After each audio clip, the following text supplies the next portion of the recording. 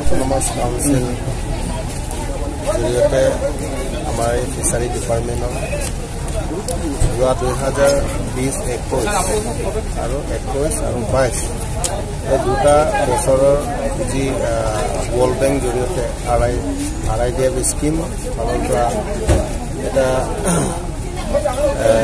80-20 এইটো ছাবচিডিৰ জৰিয়তে 3 wheelers auto tempo auto truck লগতে আমাৰ ৰিক্সাৰ টাটা মোবাইল গাড়ী 2খন আৰু অটো ট্ৰাক 8খন 10খন গাড়ী আজি বেনিফিচিয়াৰীসকলক আজি আমাৰ মাননীয় CM ছাৰ ডক্টৰ তুলসীৰাম ছাৰৰ তেখেতৰ ফালৰ পৰা আজি চেৰিমনিয়েল কৰি গৈছে আৰু লগতে তেখেতৰ ফালৰ পৰা বেনিফিচিয়াৰীসকলক হেণ্ডঅভাৰ কৰা হৈ গৈছে।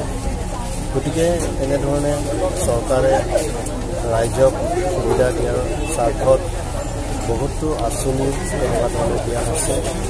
অলপ আগতে মাননীয় CM ছাৰ ডক্টৰ তুলসীৰাম ডাঙৰীয়াই তেখেতেও কৈছে তেখেতৰ ভাষণত যে আগন্তুক দিনতো যে নিবনুৱা সমস্যা সমাধান কৰাৰ স্বাৰ্থত বিভিন্ন আঁচনি তেওঁৰ আঁচনি গ্ৰহণ কৰিবলৈ প্ৰতিশ্ৰুতিও দিছে আৰু তেখেতে বিগত দিনৰ পৰা আজিলৈকে তেখেতে তেনেধৰণে কাম কৰি গৈ আছে। তেওঁৰ নেতৃত্বত আমাৰ কাৰ্বি আংলঙৰ যথেষ্ট উন্নয়ন আমি দেখিবলৈ পাইছোঁ।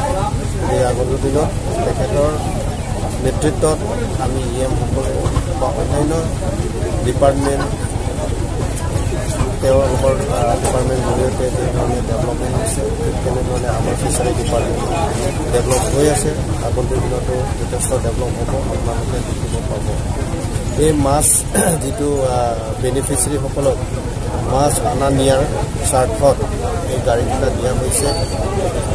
গভৰ্ণমেণ্টে বহুত কি ক'ব সুবিধা কৰি দিছে, কিন্তু মই সেইখিনিতে অনুৰোধ কৰিব বিচাৰিম যি বেনিফিচিয়াৰীসকল আছে তেওঁলোকে মাছ কেনেকৈ পালন কৰিব লাগে, আমাৰ টেকনিকেল পাৰ্চনসকল আছে, আমাৰ অফিচাৰসকল আছে, তেওঁলোকৰ লগত যোগাযোগ কৰি নিজৰ ফিচাৰীটো কেনেকৈ মাছ উৎপাদন কৰিব পাৰে সেইবিলাক কথাও তেওঁলোকে আমাৰ ফিচাৰী ডিপাৰ্টমেণ্টত যোগাযোগ কৰিব পাৰে।